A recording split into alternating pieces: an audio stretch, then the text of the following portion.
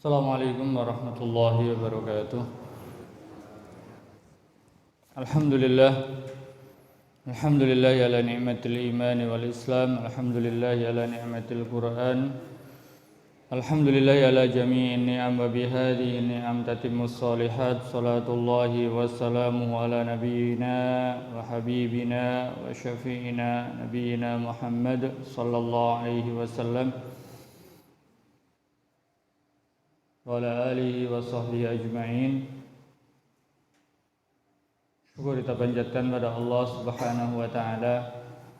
Begitu banyak Allah berikan nikmat pada kita semuanya, terutama nikmat iman dan Islam, nikmat persaudaraan, nikmat Al-Qur'an sebagai panduan dan pembimbing kita semuanya,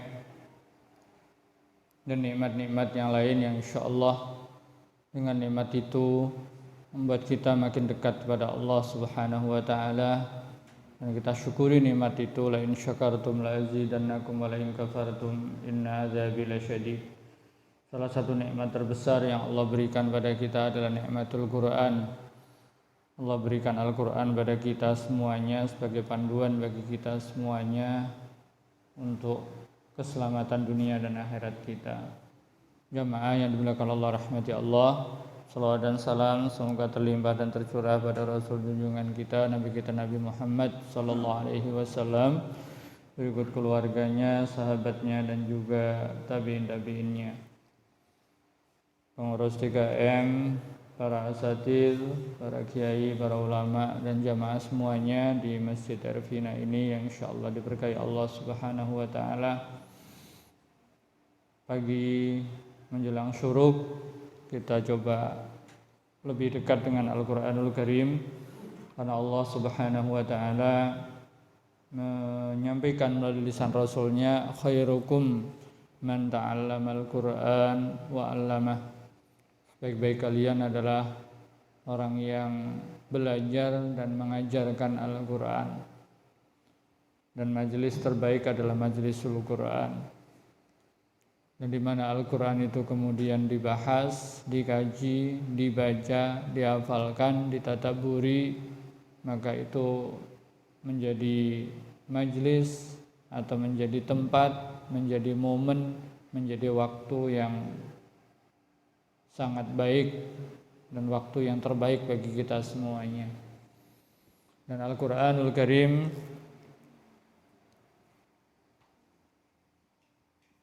dimanapun ditempelkan, dinisbatkan, maka dia akan mengangkat, baik itu terkait waktu, tempat ataupun orang. Maka jamaah rahmati Allah, salah satu majelis kita adalah majelisul Quran. Maka Al-Quranu yarfa', Al-Quran itu mengangkat, meninggikan apapun itu. Kalau ada malaikat yang jumlahnya hanya Allah yang tahu, ada satu malaikat, melalui dialah ditugaskan untuk kemudian membawa Al-Quranul Karim,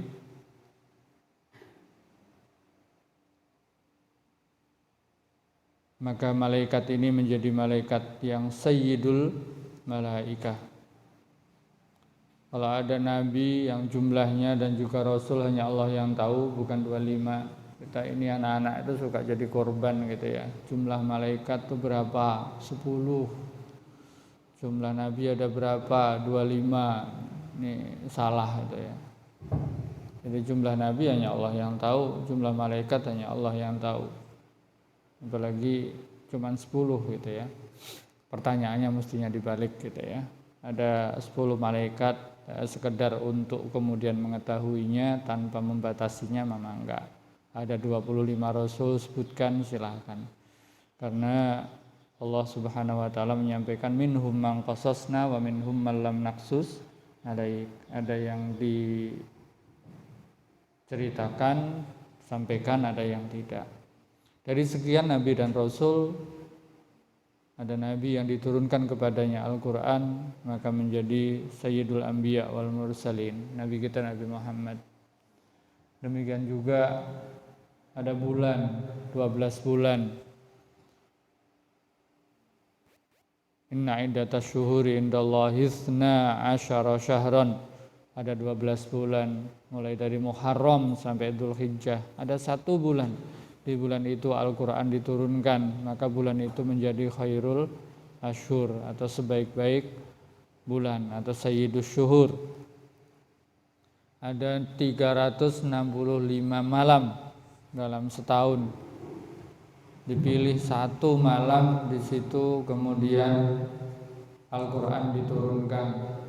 Maka malam itu menjadi lebih baik dari 1000 bulan, lebih baik dari 70 tahun. Inna anzalnahu fi lailatul qadar. Dan itu khairum min alfi syahr. Maka kemudian bulan itu atau 1 malam itu menjadi lebih baik dari 1000 bulan. Dan kemudian ditempelkan ke majelis atau orang, khairukum man ta'allamal Qur'an wa 'allama. Sebaik-baik kalian adalah yang mengajarkan dan juga belajar Al-Qur'an, baik itu membacanya, mentadaburinya, menghafalkannya, ataupun juga kemudian mengamalkannya. Kemudian juga dalam sebuah riwayat asar itu ya, dari Ibnu Umar ditanyakan terkait dengan apa yang bisa buat taqarrub kepada Engkau ya Allah. Kalamullah itu kalamuna, itu kalamnya Allah Subhanahu wa taala. Apakah harus disyaratkan faham ketika interaksi dengan Al-Qur'an sehingga kemudian bisa dijadikan taqarrub, ataukah dengan faham dan tidak faham? Dengan faham dan tidak faham. Maksudnya adalah setiap porsi interaksi kita dengan Al-Quran, jamaah rahmati Allah, di pertemuan pertama ini makin menguatkan kita lah dengan Al-Quran sebagai muqaddimah. Interaksi kita dengan Al-Quran, ta'amul kita dengan Al-Quran itu apapun, bukan sekedar faham saja. Baca itu berpahala dan bermanfaat. Melihat tulisan ayat Al-Quran itu juga berpahala. Megang mushafnya, mengucapkan dengan lisan kita, mendengarkan, semuanya ada pahalanya masing-masing. Termasuk kemudian tadabbur, ada pahalanya sendiri. Jadi tidak saling menggugurkan. Daripada baca nggak paham, ngapain baca? Bukan seperti itu. Baca sendiri ada pahalanya, memahami ada pahalanya, mengkaji ada pahalanya, melihat mushaf itu sendiri ada pahalanya. Ketika kita membaca, semua bagian tubuh kita ikut interaksi, mulai dari megangnya, gitu ya, kemudian melihatnya, bacaan itu terdengar telinga kita, bahkan kita nggak membaca, dengerin yang lain membaca pun ada pahalanya masing-masing. Ya makin banyak yang interaksi dengan Al-Quran, makin banyak pahalanya dan porsinya beda-beda. Makanya sampai ada perbedaan ulama ya, di antara ulama khusus di bulan Ramadan, orang yang hafal Quran itu mana yang lebih baik? Dia membaca tanpa melihat mushaf ataukah membaca yang hafal ya? Tapi tetap melihat mushaf meskipun dia hafal.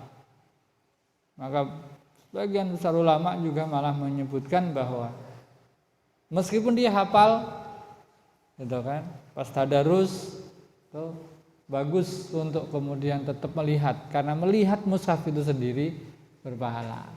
Gitu. Jadi itu ada porsinya sendiri untuk mata kita. Makanya ketika adab dengan Al-Quranul Karim, ketika kita membaca Al-Quranul Karim, meletakkannya pun ada adabnya tersendiri. Adabu hamalatil Quran, itu ada kitab khusus gitu ya. Imam Nawawi menulis buku gitu ya. Itu khusus terkait dengan adab gimana interaksi dengan Al-Quran. Mulai dari meletakkannya, membawanya, menaruhnya di mana, dan ketika membacanya, menempatkannya itu kayak apa. Itu yang mushaf ya. Quran kan di Lauhil Mahfuz ya, mushaf itu pensikapannya juga seperti itu. Harus dengan sebaik-baiknya. Itu ulama-ulama Al-Qur'an betul-betul kemudian mengedepankan betul ta'addub ma'al Qur'anil Karim. Makanya anak-anak perlu dibiasakan untuk kemudian megang mushaf itu dengan baik. Nah, ini tafsir ada campurannya ya. Demikian juga mungkin ada yang mempunyai tulisan di HP gitu ya. Di situ ada Al-Qur'anul Karim atau program aplikasi, tentu beda ketika dihidupkan dan tidak. Pensikapan kita tentu beda. Termasuk bagian dari ta'addub ma'al Qur'an, tidak menjadikannya sebagai ringtone ataupun kemudian ketika tidak membaca ya ditutup gitu ya. Aplikasi itu tidak sembarangan juga. Tapi tetap nggak bisa menggantikan mushaf, karena menyentuh mushaf itu sendiri itu ya antara wajib dalam kondisi suci ataupun sunnah gitu ya. Ada yang mengatakan wajib tidak boleh menyentuh mushaf Al-Qur'an kecuali dalam kondisi suci ya. Dalam kondisi wudhu ada sebagian yang membolehkan tanpa wudhu. Tapi yang membolehkan tanpa wudhu pun sunnah tetap dengan wudhu. Ini jamaah rahmati Allah sebagai pengantar awal untuk interaksi kita dengan Al-Quran, dan salah satunya adalah dengan memahami tafsir ayat-ayat Al-Quranul Karim. Kemudian kita memilih tafsir Ibnu Katsir tanpa mengesampingkan yang lain dan tetap kemudian mengacu kepada yang lainnya, karena tafsir cukup banyak. Dari sekian tafsir, tafsir bil ma'tsur adalah tafsir Ibnu Katsir. Kemudian yang berikutnya, terus terang saya belum nanya ini nanti surat apa dan dari mana dan seterusnya gitu ya. Sempat saya lupa kemudian nanyakan ini mulai dari depan, dari juz ammanya atau surat-surat pilihan tertentu, saya sempat belum nanya sehingga dilepaskan begitu saja. Tapi untuk malam hari, untuk pagi hari ini saya beristihad untuk mengawali saja sambil nanti disepakati dengan jamaah semua kita mau mengkaji dari mana. Ada beberapa surat pilihan yang mungkin mau kita kedepankan, mangga. Surat Al-Kahfi, surat Yasin, suratul Waqiah, suratul Mulk, yang memang dari ahadits as-sahihah menyebutkan ada fadhil secara khusus, atau mungkin sering kita interaksi dalam keseharian, ataupun juz amma karena kita sering baca. Kenapa kita mau dulukan itu? Kita dulukan surat ataupun ayat yang kita sering interaksi, bahkan mungkin hafal dalam sholat kita, dalam keseharian kita, dan itu akan menambah kuatnya kita interaksi dengan ayat itu ataupun surat itu ketika kita membacanya. Juz amma paling tidak mayoritas lah hafal ataupun separohnya gitu ya, itu bisa jadi alternatif. Atau beberapa surat tadi yang saya sebutkan, diantaranya dianjurkan banyak baca surat Al-Mulk atau mungkin Al-Waqiah atau mungkin Al-Kahfi yang tiap Jumat harus dibaca. Ada juga ayat-ayat atau beberapa ayat yang menjadi zikir pagi dan petang. Ini juga bagus untuk didulukan. Bukan kita ngesampingkan satu dengan yang lain, tapi lebih menguatkan apa yang sudah ada di hafalan kita atau mayoritas dari kita itu kita pahami, sehingga pas ketika kita baca itu akan lebih terasa gitu ya, nyambung gitu ya. Oh, ini sudah kita pahami maksud-maksudnya, keutamaannya gitu ya, yang terkait dengan hukum-hukumnya, dan ketika baca baik dalam sholat, dalam zikir pagi petang kita paham itu. Di antaranya ya tentu mungkin suratul Fatihah, awal surat Al-Baqarah, kemudian ayat kursi, akhir surat Al-Baqarah, kayak seperti itu. Ini adalah ayat-ayat yang sering kita baca dalam keseharian kita, pagi petang kita, bahkan habis sholat kita, seperti ayat kursi. Ini jamaah rahmati Allah. Maka dari itu untuk pagi hari ini izin saya sebagai pembuka, nanti setelah itu kita sepakati bareng mau surat apa gitu ya. Minta masukan dari jamaah semua gitu ya, untuk yang kita bahas, meskipun sama-sama pakai tafsir Ibnu Katsir, tapi kita mau pakai surat yang mana dulu atau beberapa ayat dulu. Tapi untuk pagi hari ini saya izin membuka dengan akhir suratul Baqarah. Akhir surat Al-Baqarah, yaitu 2 ayat terakhir atau 3 ayat terakhir, mulai dari ayat 285 sampai 286 penutup. Yang ini sering kita baca dalam keseharian kita semuanya. Jamaah rahmati Allah, a'udzubillahi minasyaitonirrajim. Bismillahirrahmanirrahim. Amana ar-rasulu bima unzila ilaihi min rabbih wal mu'minun kullun amana billahi wa malaikatihi wa kutubihi wa rusulihi la nufarriqu baina ahadin min rusulihi وقالوا سمعنا وأطعنا غفرانك ربنا وإليك المصير لا يكلف الله نفسا إلا وسعها لها ما كسبت وعليها ما اكتسبت ربنا لا تؤاخذنا إن نسينا أو أخطأنا ربنا ولا تحمل علينا إصرا كما حملته على الذين من قبلنا ربنا ولا تحملنا ما لا طاقة لنا به واعف عنا واغفر لنا وارحمنا أنت مولانا فانصرنا على القوم الكافرين. Jamaah rahmati Allah, 2 ayat ini atau sering juga dimulai dari 1 ayat sebelumnya, lillahi ma fis samawat. Ini ayat yang sangat disukai Rasulullah sallallahu alaihi wasallam. Sangat dicintai Rasulullah sallallahu alaihi wasallam. Bahkan dianjurkan betul-betul untuk dibaca ketika pagi, petang, termasuk juga sebelum tidur, ketika malam.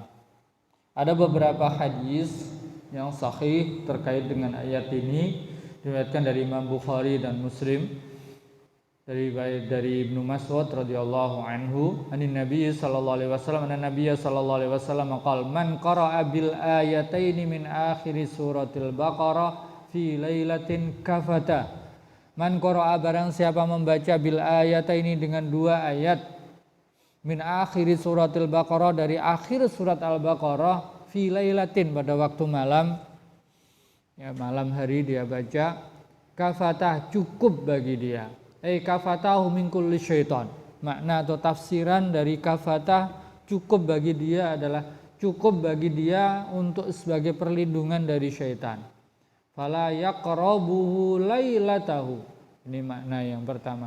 Maka syaitan tidak akan mendekati dia. Kalau dia baca sebelum tidur, maka syaitan tidak akan mendekati dia selama dia tidur. Kalau dia baca sore, gitu ya, jamaah rahmati Allah, zikir sore, maka sampai paginya, pagi sampai sorenya. Wakila hasbuhu biha fadlan wa ajron. Kalau yang pertama adalah hifdz minasyaiton, yang kedua adalah dari sisi pahala. Cukup bagi dia keutamaan dan juga pahala. Merengkuh semua pahala yang ada untuk malam hari itu cukup bagi dia. Warawa al-Imam Ahmad fi musnadihi min hadisi Abi Dzar radhiyallahu anhu anna Nabiy sallallahu alaihi wasallam qala u'titu khawatima suratil Baqarah min kanzin tahtal arsy lam yu'tahunna nabiyyun qabli.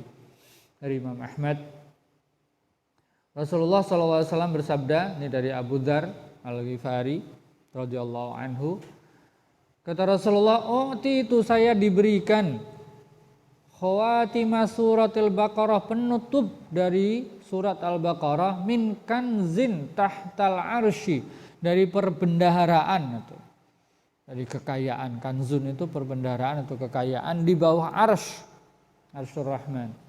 Lam yu'tahunna, tidak pernah diberikan, ya, nabiyyun qabli, kepada nabi sebelumku. Jadi ini memang sangat spesial untuk nabi kita dan umatnya. Demikian juga dari Imam Muslim dalam sahihnya Rasulullah sallallahu alaihi wasallam, ini hadis dari Abdullah bin Mas'ud atau Ibnu Mas'ud qala lamma usriya bi Rasulillah sallallahu alaihi wasallam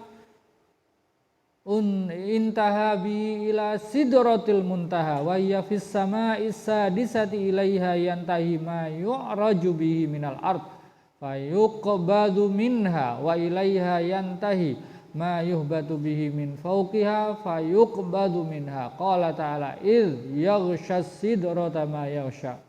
Kemudian qala farashun min dahabin qala fa utiya Rasulullah sallallahu alaihi wasallam salasan utiya salawatil khams wa utiya khawatimi suratil baqarah wa ghufira liman lam yusyrik billahi min ummatihi syai'an.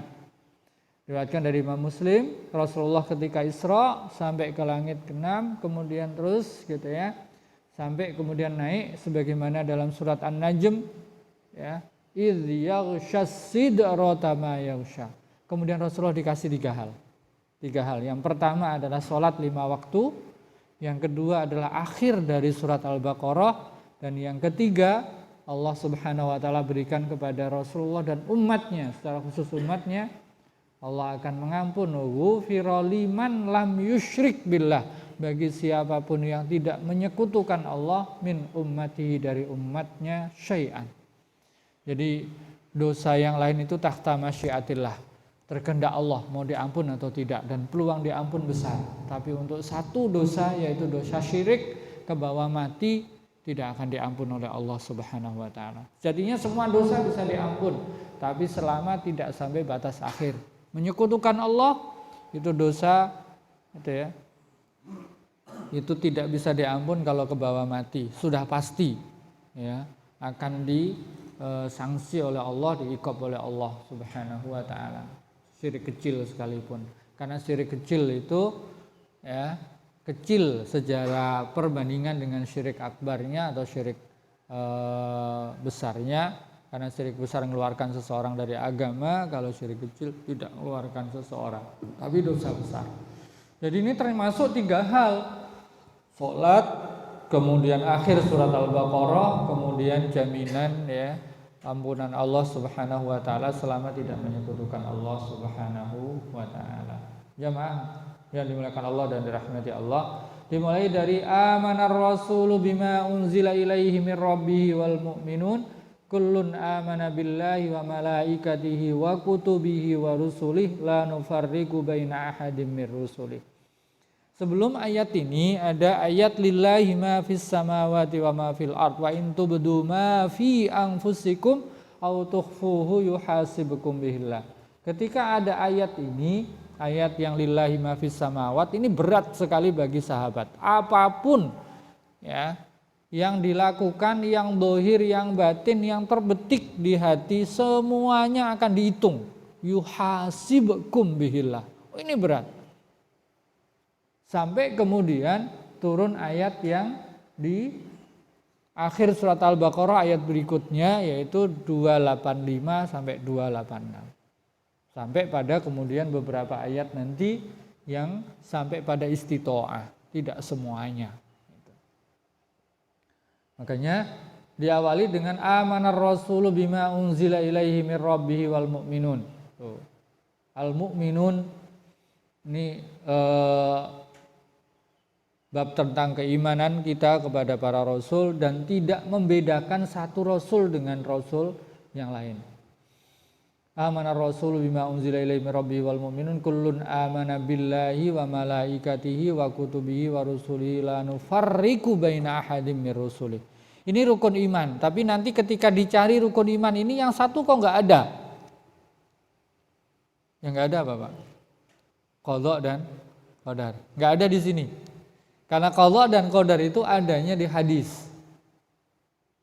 Jadi terkait dengan antu'mina bil qadari khairihi wa syarrihi itu di hadis. Tapi dalam rangkaian ayat ini tuh iman kepada Allah, Rasulnya, malaikat, kitab, gitu ya, dan yaumil akhir.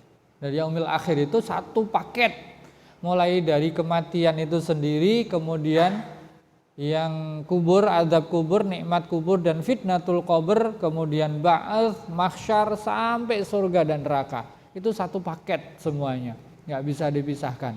Al-iman biyaumil akhir atau al-iman biyaumil qiyamah.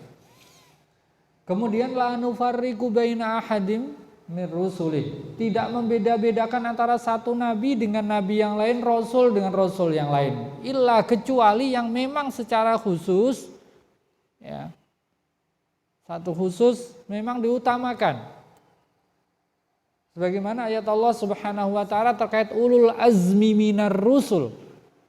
Nabi Nuh, Nabi Ibrahim, Nabi Musa, Nabi Isa, Nabi Muhammad. Kemudian Nabi Muhammad lebih dari yang lain. Sayyidul Anbiya wal Mursalin, itu juga dalilnya jelas. Tapi selain kemudian apa yang secara khusus dispesialkan ya, dan diutamakan, maka tidak membedakan satu dengan yang lain. Kalau Yahudi dan Nasrani ini memilah-milah Rasul yang disuka dan yang enggak disuka. Ini karena aslinya bantah untuk itu. La yufarriquna baina ahadin minhum fayu'minuna ba'd wa yakfuruna bi ba'd. Tidaklah kemudian mengkufuri sebagian, mengimani sebagian, nerima satu enggak mau nerima yang lain, tuh enggak. Semuanya. Ya. Mau dari jalur manapun itu al-anbiya. Karena para anbiya itu sejak Nabi Ibrahim kemudian Nabi Yakub ya. Itu semuanya dari jalurnya jalur Bani Yakub. Sampai kemudian Nabi Isa. Tidak ada yang Bani Ishak, tidak ada yang Bani Ismail. Semuanya dari jalurnya Bani Ishak. Nabi Ibrahim, Nabi Ishak itu kan putranya kan dua, itu Nabi Ishak dan Nabi Ismail yang jadi nabi. Nah, Nabi Ismail turunannya tidak ada satupun yang kemudian menjadi nabi pasca Nabi Ismail sampai ke masa Jazirah Arab, yaitu kemudian di Arab, yaitu Nabi Muhammad SAW. Dari Nabi Ismail ke Nabi Muhammad tidak ada satupun dari jalur itu sebagai nabi. Tapi dari Nabi Ishak sampai Nabi Musa, sampai Nabi Isa ini banyak sekali anbiya. Tuh, dari jalurnya Bani Israel atau Bani Yakub. Nah, itu semua tidak bisa kita pisahkan satu dengan yang lain atau kita terima satu dengan yang lain, enggak. Sampai seperti di surat Yasin itu ada satu kampung 3 nabi. Satu nabi kemudian dikuatkan dengan 2 nabi gitu ya. Atau satu daerah sampai barengan seperti itu. Dan nabi-nabi itu juga ada yang barengan gitu ya. Masanya, ada yang setelahnya gitu. Ada yang memang karena satu keturunan dan satu garis gitu ya. Jamaah rahmati Allah. Balil jami'u indahum shadiquna baruna rasyidun mahdiyuna haduna ila sabilil khair wa in kana ba'duhum yansakhu syari'ata ba'd. Satu dengan yang lain semuanya itu ya shadiqun itu ya, baik semuanya. Meskipun syariatnya satu dengan yang lain, kalau datang masa berikutnya menasakh. Nasakh, mansukh. Sudah habis masanya, maka kemudian diganti yang berikutnya. Hanya Nabi kita, Nabi Muhammad yang rahmatan lil alamin. Untuk semuanya. Untuk nabi-nabi sebelumnya itu, untuk kaumnya tersendiri. Ini termasuk dari beberapa hal yang diistimewakan kepada Rasulullah SAW yang tidak diberikan umat terdahulu. Semua nabi terdahulu itu untuk kaumnya saja, tapi tidak ke yang lainnya. Tapi untuk nabi kita itu rahmatan lil alamin. Termasuk juga ada beberapa yang spesial, diantaranya adalah ghanimah yang dulu diharamkan kemudian dibolehkan untuk Rasul kita. Dan juga tempat sholat, wajuilat liyal ardu masjidan wa tahura. Umat terdahulu enggak, alat bersuci kita itu tanah termasuk, dan tempat sholat dimanapun kita bisa sholat. Enggak di masjid, mau di pinggir jalan, mau dimanapun itu, di tempat di atas bumi ini bisa, asal tidak kemudian membahayakan aja. Nah, itu hal-hal yang spesial dari umat Nabi Muhammad SAW. Kemudian waqalu sami'na wa ata'na ghufranaka rabbana wa ilaikal masir. Ayat ini jamaah rahmati Allah, ini yang membuat Rasul bahagia dan kita harus juga ikut bahagia. Qalu sami'na wa ata'na. Tapi ghufranaka. Ya Allah, Ketika ada perintah Engkau ya Allah, sami'na kami dengar, wa ata'na kami taat. Tapi ya Allah, kami juga sering minimalis. Kami sering gak maksimal. Banyak dosa dan banyak kesalahan, perintah kami lalaikan. Ghufranaka ya Allah. Ini Allah yang ngajari. Ini pertama ini. Kenapa Rasul suka banget, kita suka betul dengan ayat ini. Wa qalu sami'na wa ata'na ghufranaka. Jadi perintah ini, perintah itu, sami'na wa ata'na. Tapi ya Allah, ghufranaka, kami minta ampunanmu. Sudah pasti kita gak maksimal. Sholat sudah, Allahu Akbar, sami'na wa ata'na. Tapi begitu kita takbiratul ihram, ngembara juga tuh. Nah disitulah kita minta ghufranaka. Habis ibadah, sunnahnya membaca istighfar. Tapi kalau habis maksiat, wajib istighfar. Lah begitu kita salam, loh baru nunaikan ibadah, kok astagfirullah? Kan gitu. Karena pasti ada yang kurang di kita. Kan sunnahnya begitu salam, assalamualaikum warahmatullahi, assalamualaikum warahmatullahi, langsung istighfar 3 kali. Nutupin apa yang kurang. Dan Rasul juga mengatakan ada orang sholat, dapat separuh, 1/3, 1/10 gitu ya. Tapi gugur kewajiban, gugur selama syarat rukunnya ditunaikan. Fikihnya selesai, sah. Tapi soal ajr beda-beda pahala. Satu dengan yang lain, sama-sama satu barisan. Nenteng pahalanya beda gitu loh. Dapatnya beda-beda.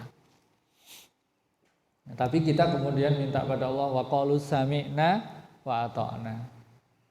Tapi bukan sekedar sami'na wa ata'na, ghufranaka, ampunanmu ya Allah.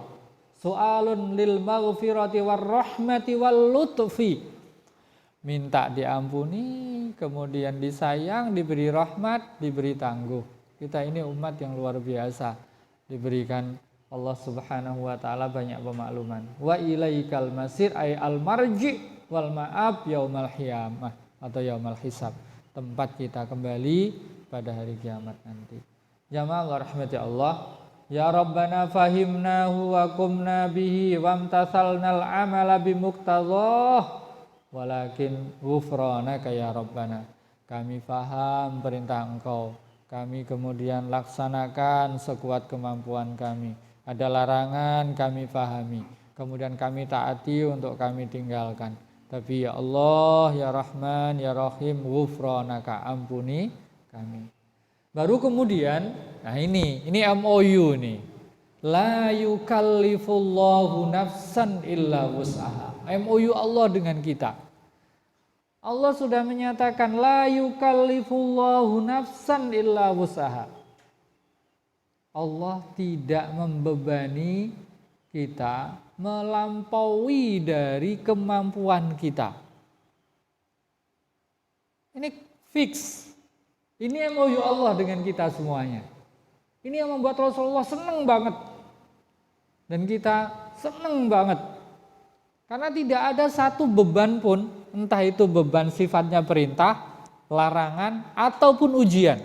Namanya beban itu kan taklif yang membuat kita kadang itu sehingga kita harus bersabar, itu pasti beban perintah untuk taat, entah sholat, puasa, apapun itu, tetap semuanya la yukallifullahu nafsan illa wus'aha. Ninggalkan sesuatu pasti sesuai dengan ukuran kita masing-masing. Satu dengan yang lain beda-beda.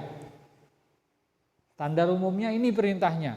Tapi tiap orang mempunyai kudrah, punya tokoh itu kekuatan masing-masing, istitoah masing-masing. Makanya jelas sekali secara syariat, jamaah rahmati Allah, nggak bisa sholat dengan berdiri sok, duduk, monggo. Nggak bisa duduk, udah berbaring, miring. Kalau nggak bisa miring ya sudah, lentang. Ya. Kalau bisa digabungkan, gabungkan, mangga. Bapak-bapak jamaah, kalau rahmati Allah, kalau di beberapa masjid itu ya, terutama kalau di Saudi, di Masjidil Haram, Masjid Nabawi, termasuk mungkin di Mesir, Pasti di masjid ada beberapa fasilitas kursi. Ini juga mungkin saya juga rekomen gitu ya, supaya nyemangetin. Mungkin kalau di komplek nggak banyak yang sepuh-sepuh gitu ya, atau mungkin juga obesitas gitu ya, badan gede. Berdiri masih bisa Pak kadang. Ini bisa digabungkan. Berdiri bisa, tapi kalau sujud ruku berat. Padahal syarat atau rukun ya, salah satu rukunnya sholat itu kan salah rukunnya berdiri yang mampu. Saat berdirinya dia mampu, tapi begitu nanti mau sujud dia nggak mampu. Sujudnya harus tetap dengan duduk. Berarti ini harus dikombinasi. Pas ketika qiyam berdiri tetap berdiri, rukuk masih bisa. Tapi begitu dia mau sujud ada tempat duduk di situ, dia sujudnya sambil duduk. Begitu dia kemudian nanti bangkit dari sujud untuk berdiri lagi. Ini kombinasi seperti ini. Ada yang berdiri pun memang nggak bisa, ya sudah duduk total. Min awalihi hatta akhirihi. Ada orang yang kemudian 1 rakaat saja mampunya berdiri. Tapi begitu sudah kadung duduk, nggak bisa lagi bangkit, nggak kuat. Udah, mungkin rakaat pertama saja dia bisa. Karena babnya kan istitoah. Mampunya seberapa. Ini berlaku dalam semua hal. Sampai kemudian nggak bisa wudhu, tayamum, nggak bisa wudhu dan tayamum, ya sudah sholat. Namanya faqidut tahuro ini. Bisa. Ini nyata, apalagi kemarin masa Covid, gitu ya, masih sadar, tapi nggak bisa kemudian tayamum ataupun mungkin nggak bisa dengan wudhu. Kalau dulu contoh mungkin ada orang kok, naudzubillah gitu ya, para ulama dulu disiksa itu sampai kemudian diikat semuanya. Kalau tangan di sel diikat gini, gimana dia tayamum? Membawa tangannya untuk mengusapkan aja nggak bisa gitu loh. Di waktu sholat, sehingga dia nggak bisa wudhu. Mau tayamum nggak ada yang bisa digunakan untuk tayamum, atau tayamumnya tangannya nggak bisa digerakkan untuk menyentuh ke wajahnya, atau mungkin dia sendiri gitu ya, memang nggak ada yang bisa untuk tayamum, nggak memungkinkan semua, bahkan mungkin kotor semuanya. Nah ini para ulama dia harus tetap sholat selama sadar, sebagaimana adanya. Kalau mazhab Imam Syafi'i itu faqidut tahuro ini, orang yang tidak bisa bersuci dengan wudhu maupun juga tayamum tetap sholat. Kalau dia nanti ada umur dia ganti, tapi kalau nggak ada umur gugur sudah. Sampai kemudian meninggal belum bisa ada kesempatan untuk bisa menggantinya, ya sudah. Itu la yukallifullahu nafsan illa wus'aha. Jamaah rahimakumullah, ini ayat ini juga kemudian sebagaimana menjadi nasakh dari ayat yang lillahi ma fis samawat. Ini hadisnya dari Imam Muslim. Fi sahih fi hadis Abi Hurairah radhiyallahu anhu qala lamma nazalat walillahi ma fis samawati wa ma fil atrus sampai akhir ayat qala fashtadda dzalika ala ashabi Rasulillah sallallahu alaihi wasallam. Ini menjadi berat yang saya sampaikan di awal, berat bagi sahabat-sahabat Rasulullah sallallahu alaihi wasallam. Fa'tau Rasulullah sallallahu alaihi wasallam summa baraku 'ala ar-rukbi. Mereka kemudian datang duduk itu ya di depan Rasulullah dengan lututnya. Ya. Dan minta pada Rasulullah sallallahu alaihi wasallam faqalu ayya Rasulullah kullifna minal a'mali ma nutik as-shalah was-shiyam wal jihad was-shadaqah. Waqad unzilat alaika hadil ayah fala nutikuha. Ya Rasulullah, kami mampu untuk kemudian diperintahkan dengan turunnya ayat tentang sholat, puasa, sedekah. Tapi begitu turun ayat lillahi ma fis samawati wa ma fil ard wa in tubdu ma fi anfusikum aw tukhfuhu, terutama itu tadi tubdu dan tukhfu, yuhasibkum semuanya. Ini berat banget bagi kami ya Rasulullah. Kemudian Rasulullah SAW menyampaikan, aturiduna antakulu kama qala ahlul kitabaini min qablikum sami'na wa asaina. Rasul kemudian karena ayat turunnya seperti itu, apakah kalian pingin seperti Bani Israel yang ketika turun perintah ayat sami'na wa asoina, kami dengar kemudian kami mengingkari atau maksiat. Maka kemudian balqalu, maka sampaikanlah atau ucapkanlah sami'na wa ata'na ghufranaka rabbana wa ilaikal masir. Maka kemudian turun ayat sebagaimana tekstual itu. Ini jamaah rahmati Allah, ini keringanan bagi kita semuanya dengan pemakluman segala keterbatasan kita semuanya. Sami'na wa ata'na ghufranaka rabbana wa ilaikal masir. Kemudian la yukallifullahu nafsan illa wus'aha laha ma kasabat wa 'alaiha maktasabat. Apapun yang kita lakukan akan kemudian dihitung, baik itu baik maupun buruk. Nah, dilanjutkan lagi jamaah. Ini tadi MOU kita dengan Allah. Allah Subhanahu wa taala memastikan tidak akan bebani kita melampaui dari kemampuan kita. Berarti kalau ada ujian, kerasa berat banget dan kemudian kita nuduh, naudzubillah. Yang sering nuduh adalah kita, pikiran kita. Allah kok ngasih ujiannya melampaui batas saya. Bukan. Sudah jelas dan Allah itu sudah pasti. Shadaqallahul adzim. Maka kalau kita suudzon nama Allah, ini babnya nanti suudzon nama Allah. Kalau ngira kita kepada Allah, Allah ngasih ujian melampaui batas kemampuan kita, maka itu yang terjadi. Ana inda dzonni abdi bi. Jadi ini babnya pensikapan. Wong jelas Allah menyatakan bahwa la yukallifullahu nafsan illa wus'aha. Berarti tidak akan ada yang melebihi dari itu. Kalau kita ngerasa lebih berarti perasaan kita nuduh Allah.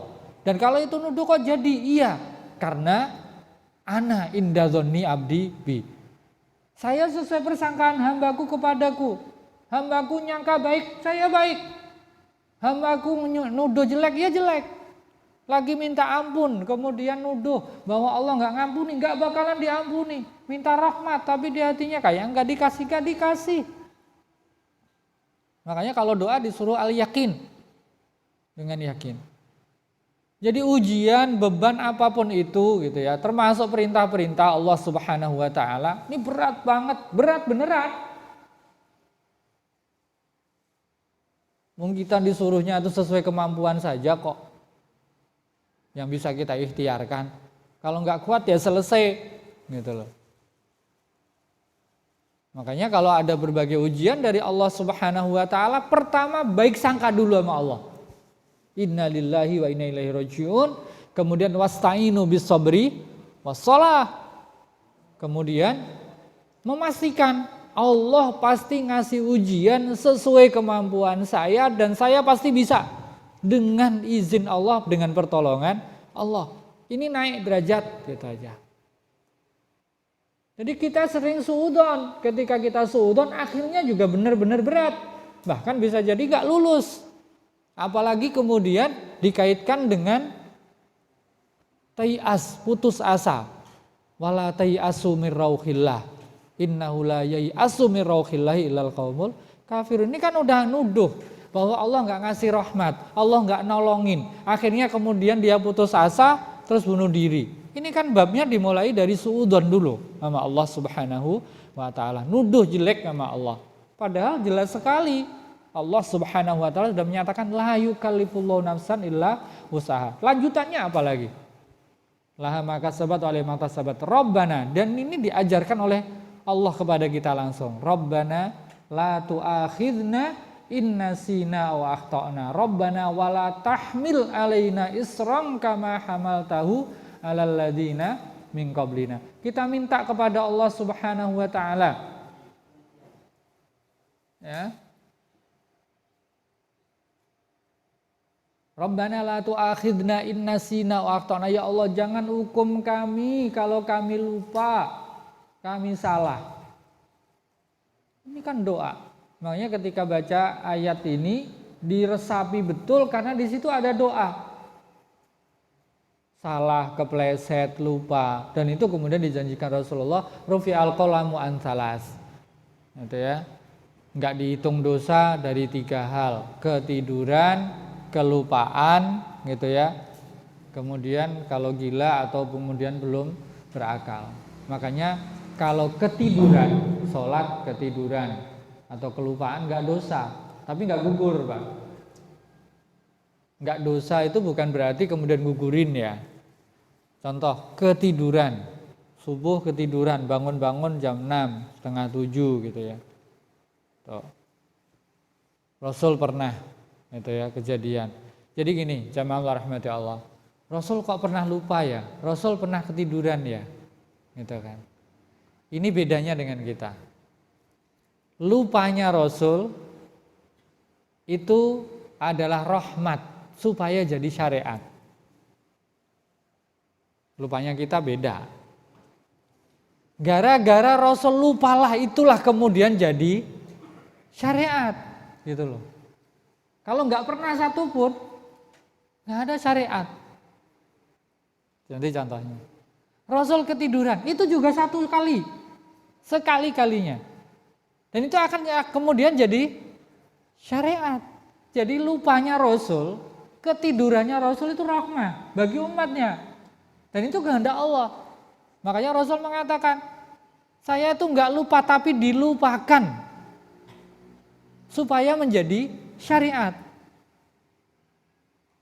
Rasulullah SAW tiba-tiba sholat zuhur cuman 2 rakaat. Keluar tuh masjid di teras, ditanyain sama Dzuliyadain dan para sahabat. Ya Rasul, engkau qashar ataukah engkau lupa? Gitu kan. Kan kemungkinannya dikosor atau dilupa. Wah para sahabat, wah sekarang zuhur jadi 4 nih, bukan 2 lagi gitu. Kalau sampai seperti itu kan jadi syariatnya jadi 2 kan Pak ya.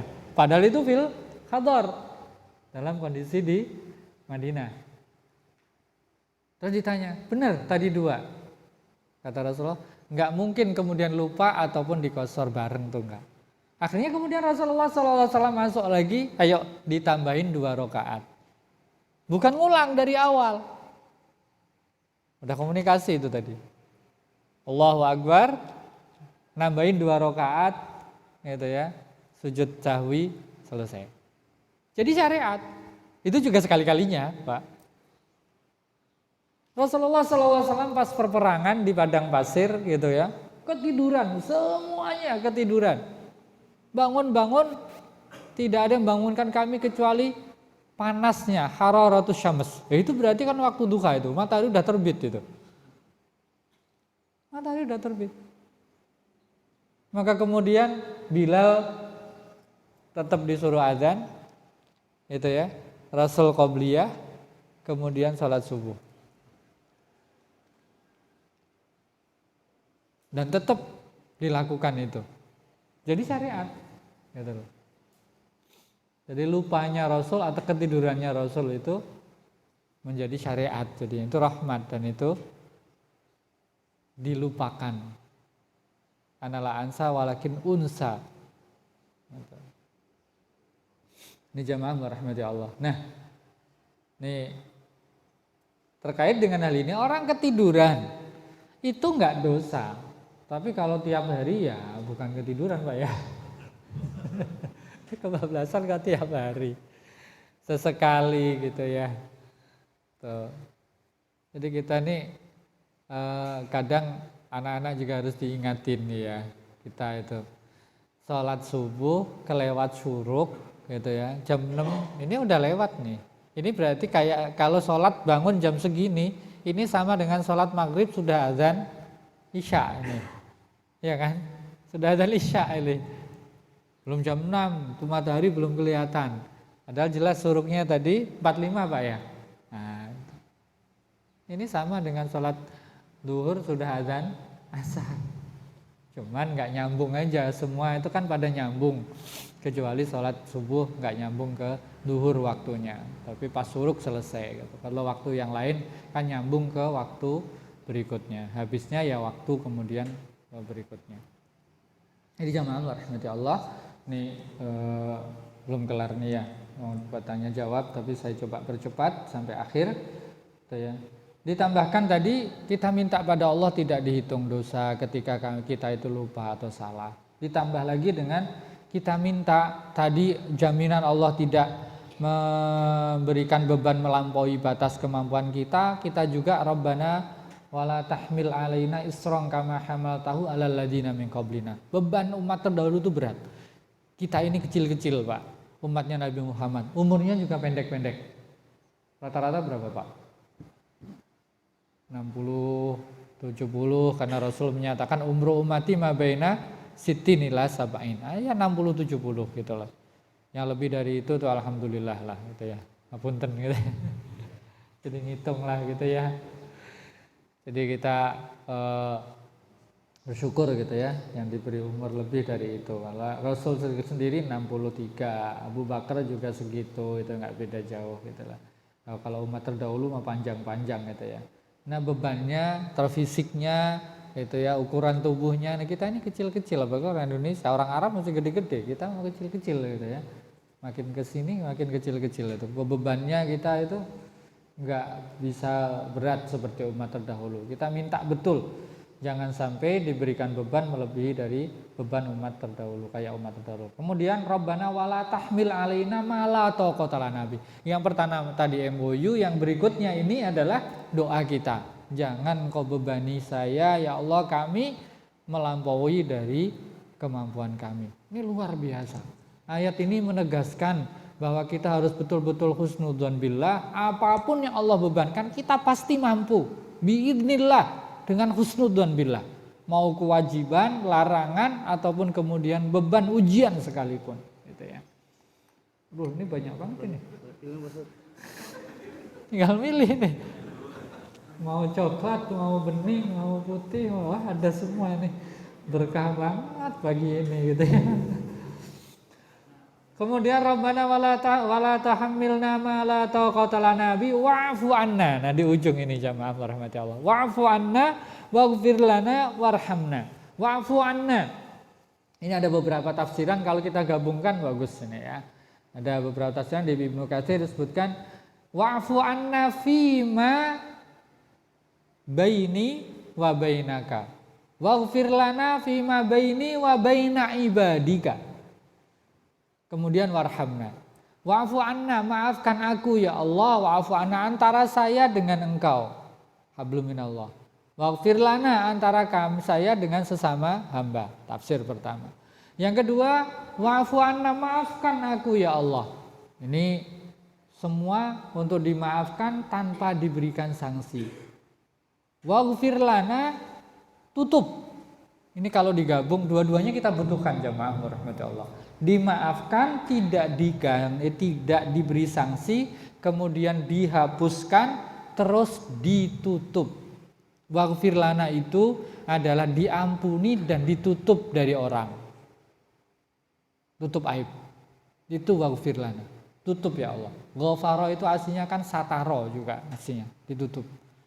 Kita butuh dua-duanya. Kan ada orang dimaafkan tapi tetap dibuka, Pak. Ada institusi difitnah, contoh. Maka oleh media harus minta maaf. Atau mungkin institusi yang lain harus minta maaf. Atau seseorang, gitu kan, minta maaf bahwa tuduhan dia, fitnah dia itu salah, gitu kan. Dia harus mengumumkan ke media. Dimaafkan tapi harus diumumkan. Ketika diumumkan kan dia berarti nunjukkan dia aibnya, itu kan. Jamaah rahmati Allah. Syarat taubat itu nggak ada kemudian mampang semua dosa dulu disebutin ke Allah. Cukup astaghfirullahaladzim min kulli dzambin adzim atau astaghfirullahaladzim alladzi la ilaha illa huwal hayyul qayyum wa atubu ilaihi min jami'il ma'asi wadzunub. Dari semua maksiat dan dosa. Yang mana? Pokoknya kabeh, selesai. Kabeh udah. Ya Allah ini istighfar untuk dosa yang ini, untuk dosa yang ini, dosa yang ini. Enggak perlu. Pokoknya sudah semua.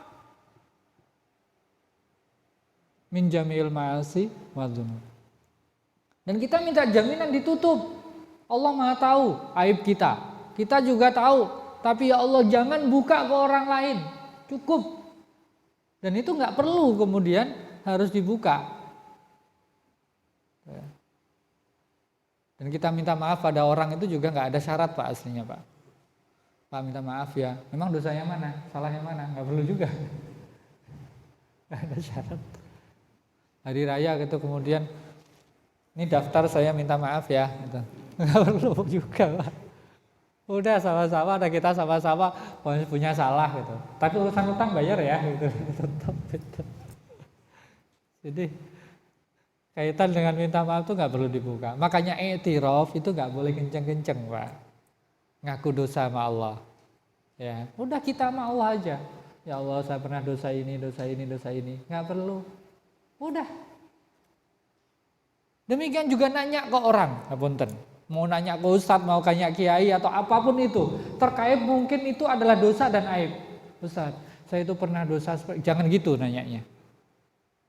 Ustadz, kalau punya kalau saya dulu pernah lakukan kemaksiatan ini, nggak perlu.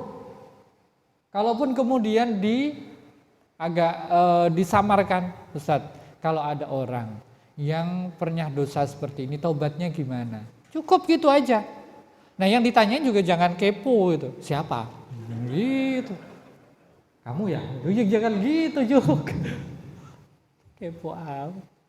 Dan nggak perlu dibuka. Gitu.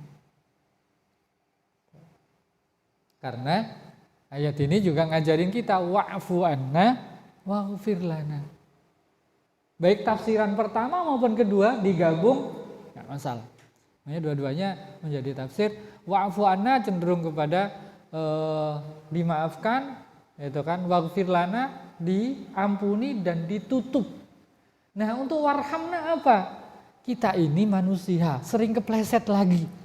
Nah ketika kepleset jangan langsung kemudian digetok ya Allah gitu loh. Kasih tangguh, warhamna, lutuf. Beri maklum dulu, beri kami tenggang waktu sehingga kami bisa kesempatan untuk bertaubat gitu loh. Itu warhamna, sayangi kami.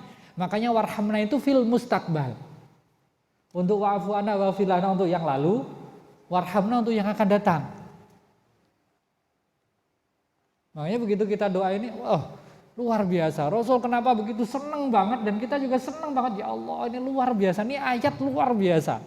Pertama dzikir, juga doa gitu ya.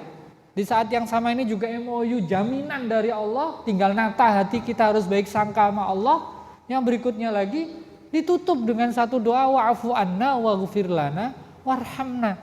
Sehingga kita ini aib sabrek, dosa kita yang ketahuan orang dengan gak ketahuan orang, banyak kan yang gak ketahuan orang. Dan itu lebih baik. Kebayang kalau semua dosa itu kelihatan gitu ya. Gak bisa keluar rumah kita. Ya, malu kita sama orang. Bersyukur itu Allah tutup itu. Jadi ketika kita berdosa kemudian ditutup aib kita, dosa kita oleh Allah, itu nikmat tersendiri. Tugas kita cuma taubat, selesai. Nggak perlu dibuka lagi. Dah tutup, simpen, hanya Allah yang tahu dengan kita. Selesai. Makanya kita sendiri saja nggak perlu ngungkit-ngungkit dosa kita. Cukup minta ampun, apalagi orang lain. Makanya kalau ada orang lain kemudian ghibah, buka ngorek-ngorek dosa saudaranya, dosa besar. Apalagi ngomongin, nebar-nebar. Ini bahaya. Bahayanya apa? Pertama itu dosa di situ, bisa jadi yang aibnya ditebar itu orangnya sudah taubat, sudah beres, dia sendiri sudah nggak dosa, udah diampun sama Allah. Lah yang nyebarin, dia nggak melakukan Pak, tapi masih bisa berdosa terus. Padahal pelakunya sendiri sudah diampun, sudah tidak ada dosa karena sudah diampuni oleh Allah. Tapi yang nyebarin, dia padahal nggak melakukan, cuma nyebarin aja, ghibah, kena dosa ghibah. Na'udzubillah min dzalik gitu ya. Nggak perlu dikorek-korek. Wallahu a'lam bishawab. Ini sebagai pembuka dan sekaligus nanti minta kesepakatannya kita mau bahas surat ataupun surat yang mana gitu ya, untuk kita jadi kajian rutin kita insyaallah biidznillah. Dan mungkin ada beberapa pertanyaan, mohon maaf kemepetnya terlalu mepet sampai jam 6. Kami persilahkan mungkin. Jazakumullah. Enggak.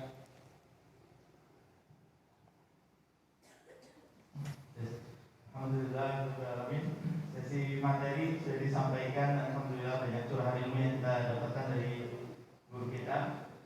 Dan yang disampaikan di awal, kita buka 1-2 pertanyaan Bapak-bapak untuk melengkapi waktu syuruk sebelum kita akhiri kajian rutin atas bulan kita akhiri ini. Monggo jika ada 1-2 pertanyaan dipersilakan. 1-2. Monggo. Pak, silakan Bapak. Enggak. Nyampe enggak? Ya, langsung aja Pak. Enggak dengar. Sambil kenalan Pak ya. Oh iya. Begitu dibuka langsung.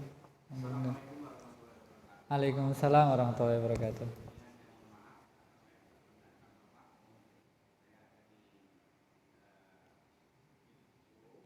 Oh. Di mana Pak? Di mana? Tinggal? Polo. Oh, Polo situ Pak. Oh, 10. Ya. Iya. Mangga. Jamaah. Oh iya.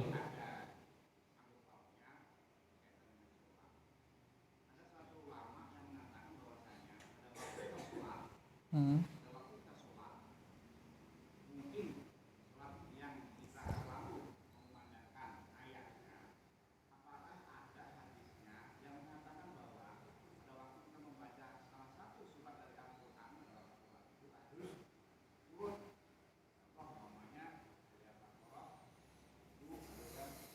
Oh ya.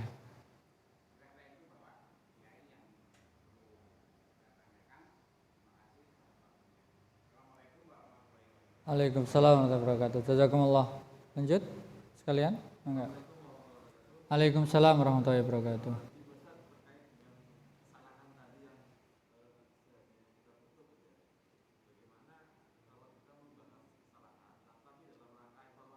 Nah.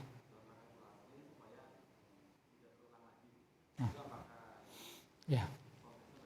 Alhamdulillah tibar. Saya jawab dulu ya kalau mungkin ada yang lain. Jamaah rahmati Allah.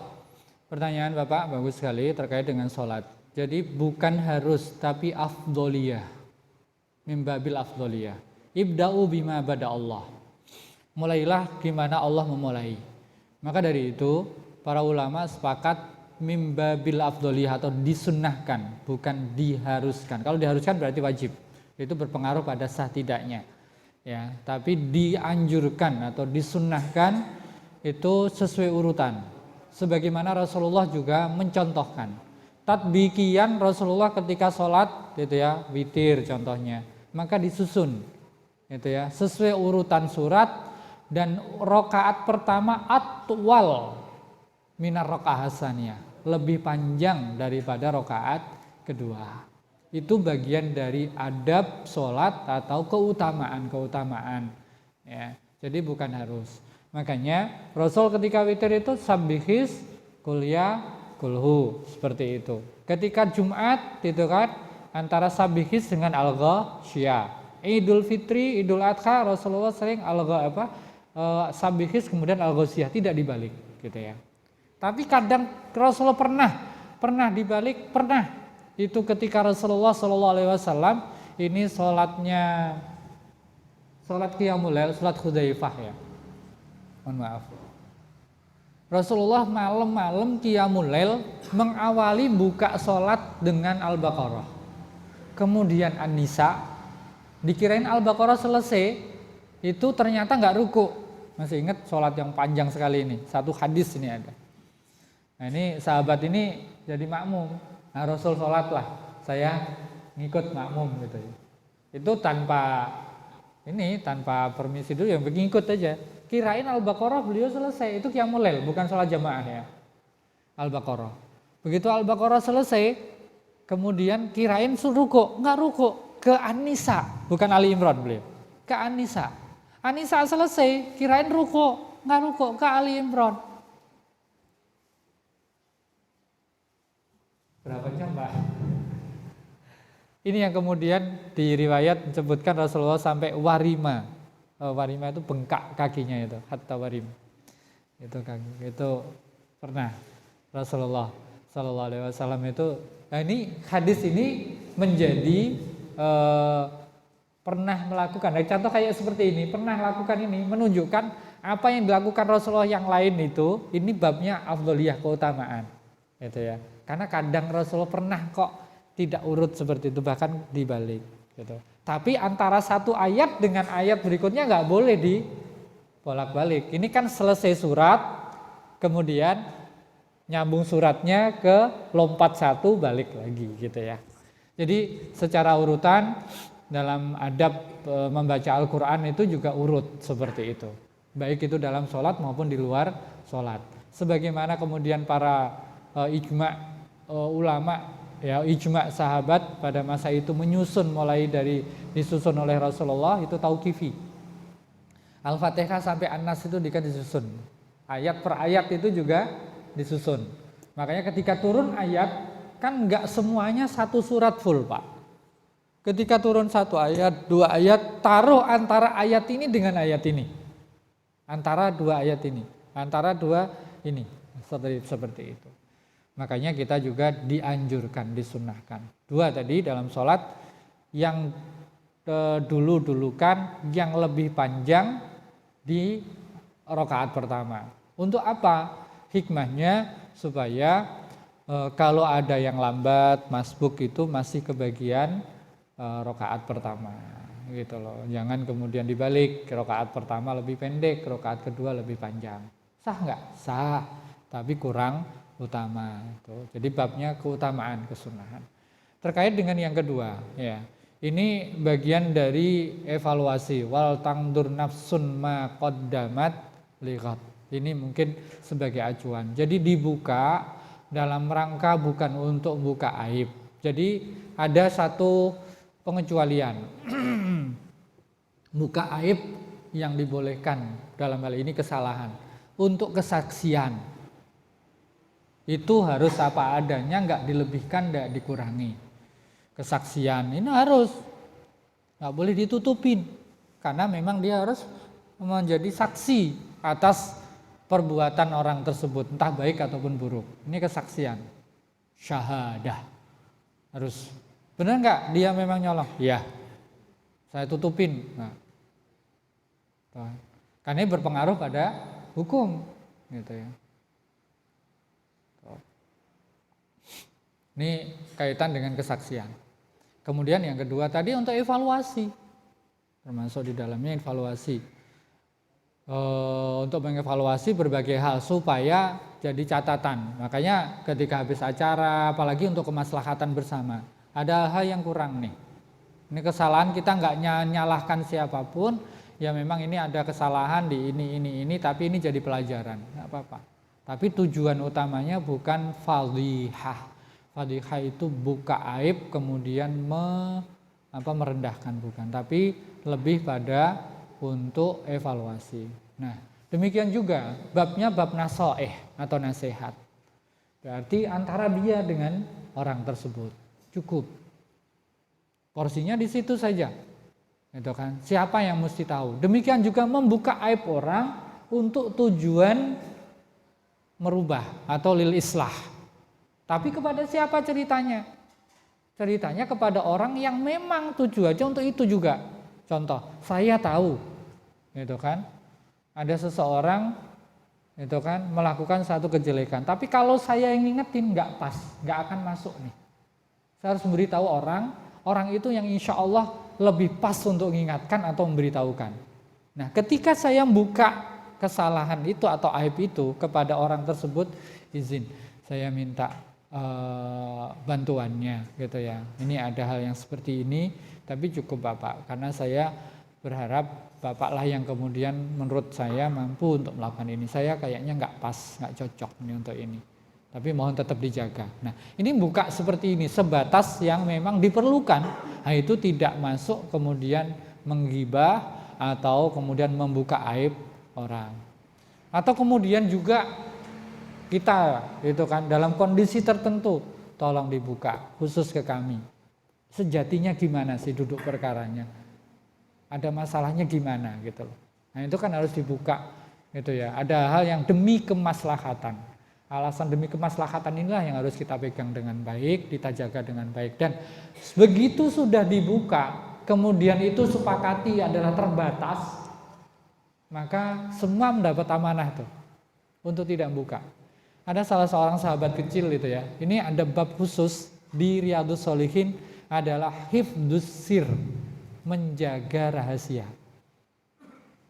Itu ada bab khusus. Jadi ada sahabat diutus Rasulullah, sahabat kecil, untuk keperluannya Rasul. Kemudian nyampe ke rumah.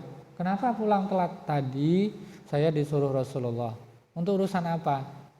Rasul itu rahasia. Ya udah, jangan buka. Gitu. Ada sesuatu yang dipesankan oleh Rasulullah jangan sampai dibuka, ya nggak dibuka. Itu babnya bab terkait dengan hifdzus sir. Itu termasuk bagian dari adab. Nah, itu rahasia. Itu babnya bab kemaslahatan. Apalagi itu aib. Nah, berarti jaga aib orang supaya kita tidak buka itu ya. Karena sudah diamanahkan seperti itu ya nggak kita buka. Kecuali ada kondisi tertentu yang kemudian kalau tidak dibuka akhirnya menimbulkan madharat dan itu dibukanya secara umum.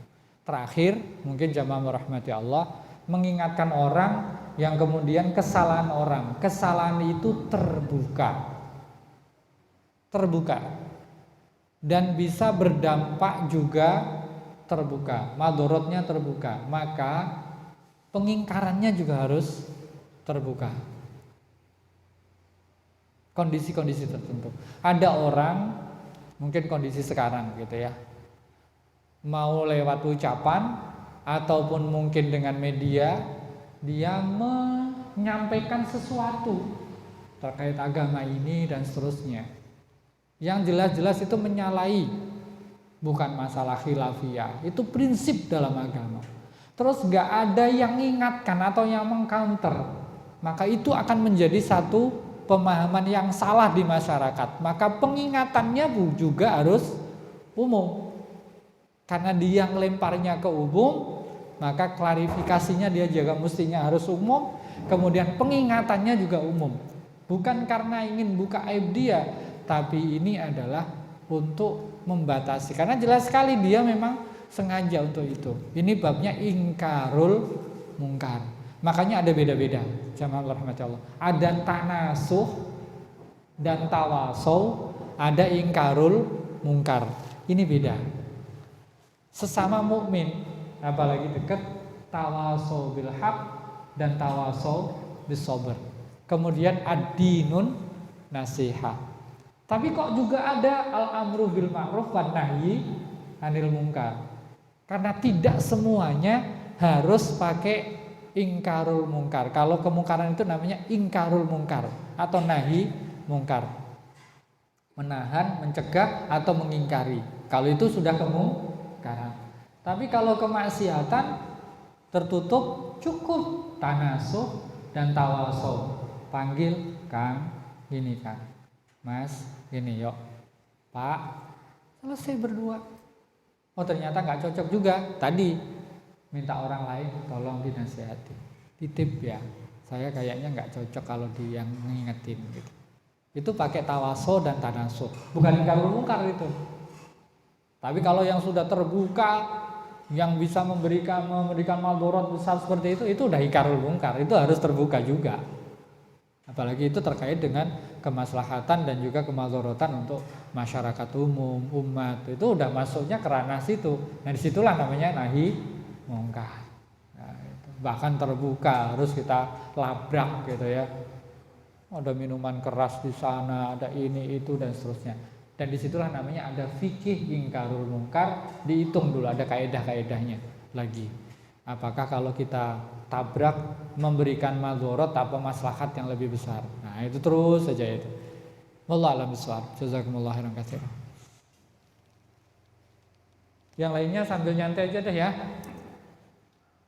Ini udah klitik-klitik di sebelah sana tuh.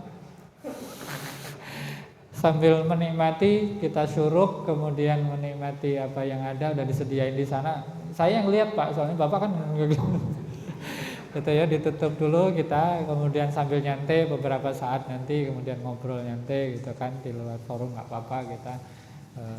kita lanjutkan nanti dan saya cukupkan. Jazakumullah khairan katsira.